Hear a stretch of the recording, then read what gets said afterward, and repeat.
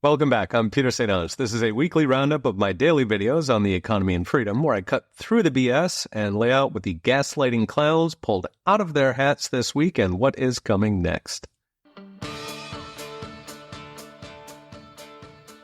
Just in time for the election last Friday, Kamala turned in a catastrophic jobs report. In short, as my colleague E.J. Antoni put it, quote, the U.S. labor market is turning into a temp agency for foreign workers and government bureaucrats. So first the numbers. According to the Bureau of Labor Statistics, jobs grew last month by 12,000. That was against expectations of 100,000, and note it takes at least 150,000 jobs just to cover population growth. So 12 is down a full 240,000 jobs from last month pre-revision, and it takes unemployed Americans to 7 million. Meanwhile, as always, previous months were revised down by a total of 112,000 jobs. Of course, they do this because media does not report the revisions the way they report the original, apparently fake, numbers. And it suggests that last week's 12,000 is, in fact, deeply negative. Whereas private sector jobs, the only jobs that actually produce anything, fell for the first time since 2020 when the pandemic was in full swing, dropping 28,000 and 46,000 in manufacturing. So how did we get to a 12 gain? Government jobs, which grew like gangbusters, up 40,000 to another record high with no sign of slowing. In fact, government payrolls have risen by over 1 million since Joe Biden and his sidekick took office. Just in the past year, America has lost over 50,000 manufacturing jobs, but we gained nearly 500,000 government workers. It's a Biden-Harris miracle. It's worth noting that government workers are paid nearly twice what regular Americans make, so 109,000 versus 59. And also note, Joe and Kamala dumped nearly $1 trillion into green energy boondoggles in the so-called Inflation Reduction Act, which should have pumped manufacturing jobs, even if the companies will go bust in a couple years at taxpayer expense. Meanwhile, government spending surged at a 9.7% annual rate going into the election because elections do not buy themselves. And yet, apparently, the collapse of the actual productive economy is even overwhelming those trillions in bulk growth. Zooming out, despite the government jobs, the green handouts, the federal trillions, labor force participation, which is the percent of Americans who are either working or seeking work, fell again, stuck millions below the pre-pandemic trend. Why? Well, I've mentioned in recent videos how native-born Americans are being wholesale replaced by imports. In just the past year, native-born workers have lost 800,000 jobs, entirely replaced by migrants. Finally, job composition. Once again, we lost full-time jobs in droves, replaced by part-time gigs that historically are done to make ends meet. That comes to 1.3 million lost full-time jobs in the past 18 months alone. So you lost your 9-to-5, but you get to drive for DoorDash and Uber, so that's 2 new jobs. It is another Biden-Harris miracle. Now, some of the carnage will be the hurricanes, but the BLS household survey showed an even harder drop in jobs, 370,000, despite assuming 500,000 hurricane-impacted jobs are still working. Also note, Wall Street analysts had expected 100,000 with the hurricanes, yet here we are at 12, all of it government. So what's next? Stocks rallied on the carnage since at this point financial markets are essentially starving dogs looking for a Fed rate cut, and weak jobs numbers lead to Fed rate cuts. As for the elephant in the room, this is a really bad number for Kamala, meaning the mainstream media will do everything they humanly can to pin it on hurricanes. With one day to the election, it is a good time to remember all of the terrifying stuff Kamala Harris is hiding until after the election. After all, she may be dumb, but her handlers are not dumb. And they know you save the really bad stuff until after voters have done their thing. For starters, there are a constellation of migrant caravans, each with thousands of would-be illegals, in a holding pattern in southern Mexico as we speak, cooped up until just after the election, at which point they get the green light. Going by official migrant encounters under Biden-Harris, many of these people will be criminals or even terrorists, your new neighbors. Next up is energy. According to Bloomberg, there is a laundry list of executive actions ready to go after the election, including shutting down oil and gas production, closing the Dakota Access Pipeline that carries oil to the Midwest, all but banning investment in fossil fuels, and even a federal investigation to criminalize the oil industry for alleged climate change. These will collectively send energy prices soaring, but they will tickle the bells of the climate activists currently stashed in the attic until after the election, lest they lose Pennsylvania. Beyond banning energy, there's an environmental onslaught, including restrictions on ozone, methane, and emissions that will decimate what's left of American manufacturing, wipe out thousands of American farms, and cripple American car production, the bloodbath Trump warned of. This would all be fascinating to Michigan voters, which is also why they're hiding it until after the election. To give a flavor, my colleague David Burton highlights one small rule requiring contractors to estimate their climate footprint at a cost of over 3 million hours of compliance and $6 billion in annual costs. There are hundreds of these laying in wait until November 6th. Beyond disassembling the American economy, two other December surprises are your First and Second Amendment rights, so free speech and self-defense. On free speech, the administration's been slow-walking efforts to impose so-called net neutrality regulations that would empower bureaucrats to decide which websites you can access and under what conditions. They've got the so-called misinformation narrative locked and loaded. Pair that with a bureaucratic jihad against Elon Musk and everybody else who allows free speech, and we could return to the dark days of COVID, when political dissent was all but criminalized. Finally, self-defense. Biden-Harris has deployed dehumanizing rhetoric against Americans who use their Second Amendment rights to protect their families when government is proving incapable.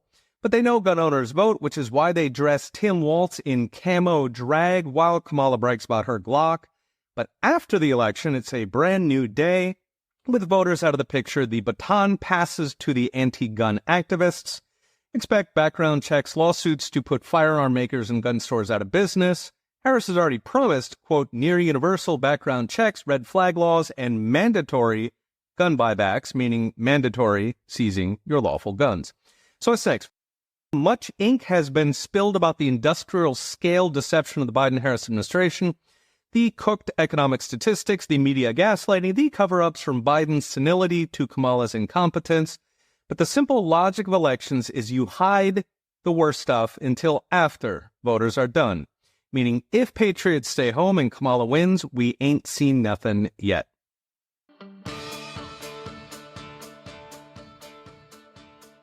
A word from our lead sponsor, Unchained.com. An IRA is an investment vehicle that can save you a lot of taxes. With Unchained, you can hold real Bitcoin in your IRA, and it's the only company where you hold the keys and can verify that your Bitcoin is not being relent like banks do. We've recently seen futures-based ETFs underperform holding your own Bitcoin, so why settle for less? Sign up today at unchained.com/Bitcoin-IRA.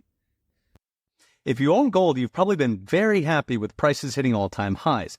But your gold can do more than just go up. It can generate passive income for you. With monetary metals, you can earn up to 5% interest on your gold and silver, paid in more ounces. Credit investors can even achieve double-digit returns in their bond offerings. All interest is paid in ounces of gold and silver stored in your account free of charge. If your metal is gathering dust at home or costing storage fees in a vault, it's time to start putting your metal to work with Monetary Metals. Visit monetary-metals.com/Peter today to learn more. Now back to our show. Donald Trump is the next president of the United States. This is going to be fun.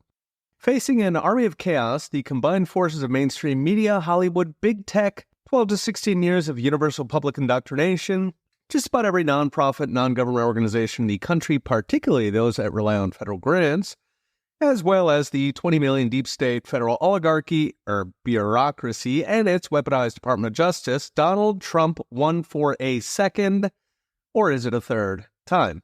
So what happens now that America is unburdened by what has been? Well, during the campaign, prominent Democrats threatened lawfare to try and prevent Trump from taking office, even with 70 million plus voters behind him. These have ranged from 14th Amendment challenges for so-called insurrection to efforts to decertify state results or bully electors into going faithless, meaning they vote for somebody other than who voters picked. Of course, they tried to prosecute Republicans for these exact tactics, despite Democrats themselves doing them in 2016, but hypocrisy is kind of their thing. So even when the lawfare fails, the left has already announced they'll do everything they can to sabotage Trump, as they did from day one last time, most prominently with the Russian collusion hoax. MSNBC just this morning threatened to use, quote, civil society and institutions, meaning government-funded nonprofits, as a, quote, bulwark against Trump, calling it, quote, democracy between the elections. Yes, the Party of Democracy wants to cancel out a Democratic election using government force. Thankfully, the left has now blown so much of its authority and credibility with the people that I suspect this will only work for New York Times subscribers.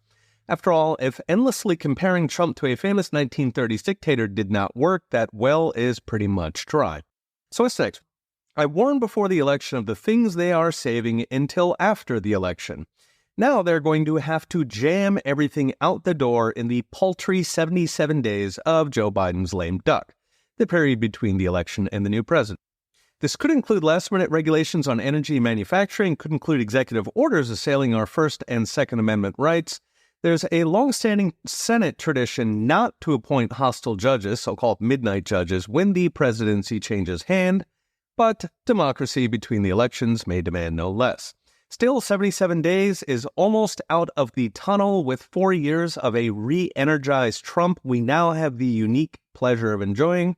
As for once he takes office, it looks like Trump will gloriously have a Republican Senate and a Republican House behind him, meaning he can get straight to work. As soon as he pardons J6 protesters and Ross Ulbricht, perhaps many more victims of the regime, one might hope he jumps into election security and voter ID, which is supported by 75% of voters, then on to mass deportation, starting with simply enforcing existing laws and letting them self-deport, then replacing income tax with tariffs, Elon's Department of Government Efficiency, DOGE, perhaps even major reforms to both the income tax and the Federal Reserve, both of which I've talked about in recent videos. The Uniparty rhinos won't like it, of course, but then Republican voters just turned out 95% for Trump. Trump is the Republican Party. The rhinos can evolve or be gone. America just woke up from a very long nightmare. Let's get this party started.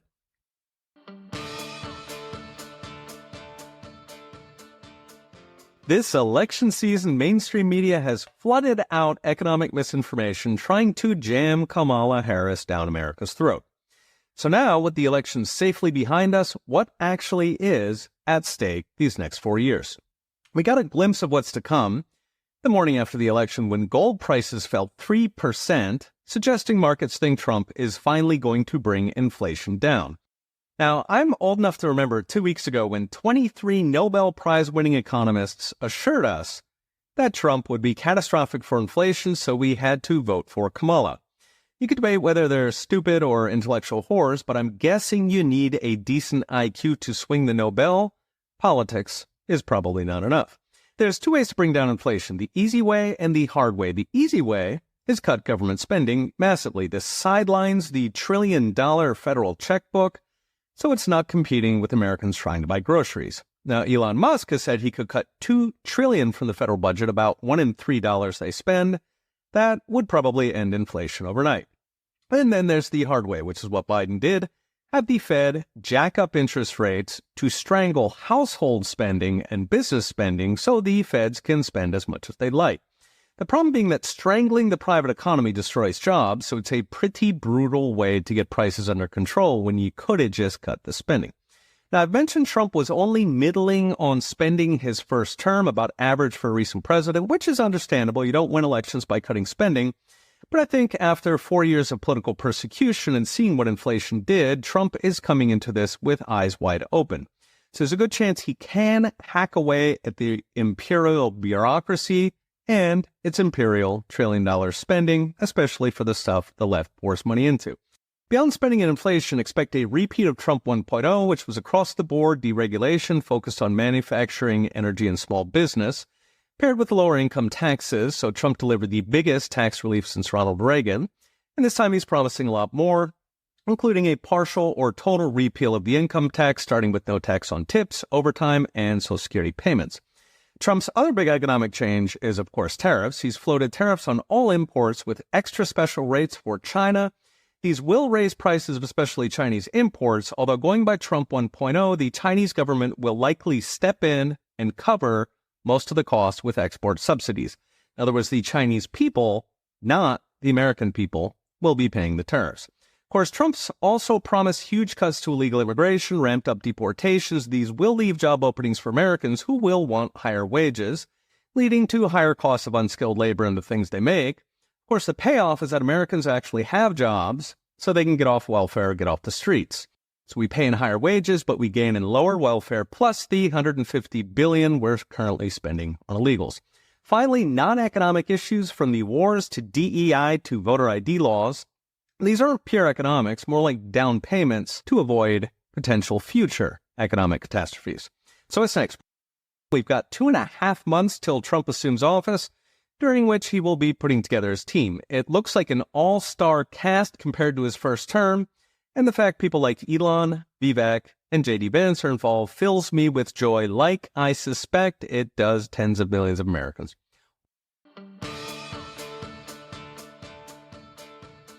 A word from our sponsor. If you run a business and you're looking to get customers excited about your loyalty and reward program, you can now implement Bitcoin rewards with Oshi Loyalty. You get all the perks of a full-featured loyalty and rewards program with real Bitcoin rewards every time your customers shop, refer, and engage. Boost customer retention, loyalty, and lifetime value. And if you're looking for Bitcoin rewards when you shop, check out the dozens of companies at the Oshi Marketplace at oshi.tech/shop. Start earning Bitcoin today.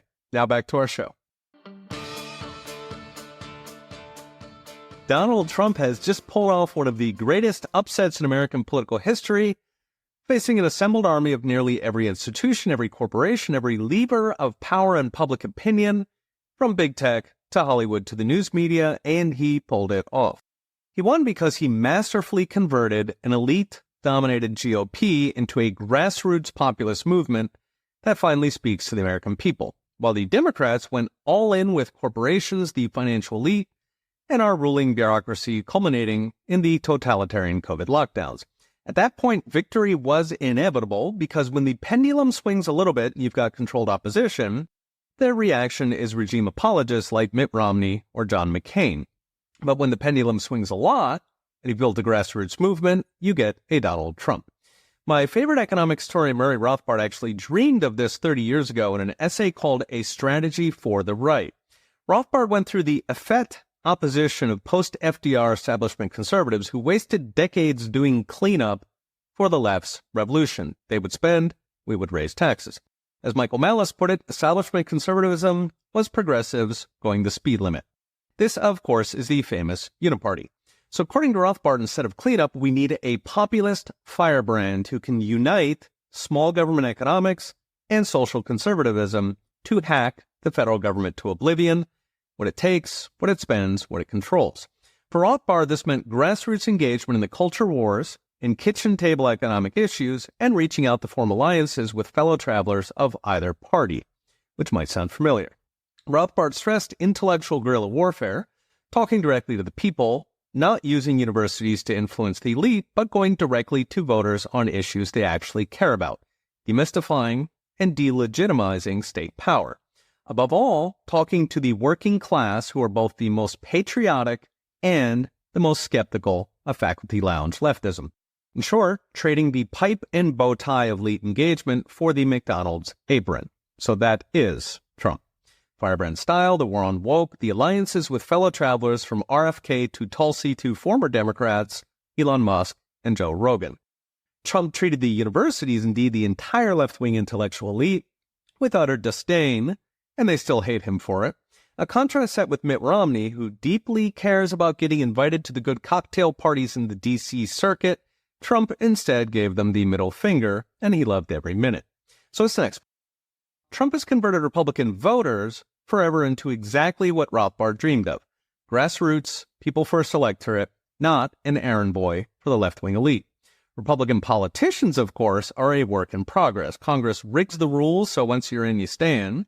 So it's a slow process replacing obsolete rhinos with America First Republicans. Still, politics is the art of finding a parade and getting in front of it, and 95% of Republicans just chose Trump.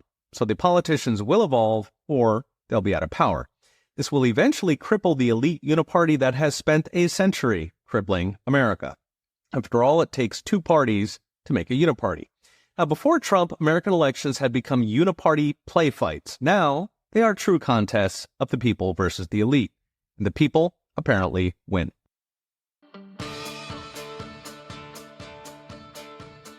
Thanks for tuning in. Remember to subscribe so you don't miss an episode, and go to petersanons.com for daily videos and in-depth articles with charts and all the gory details. Okay, we'll be watching. See you next time.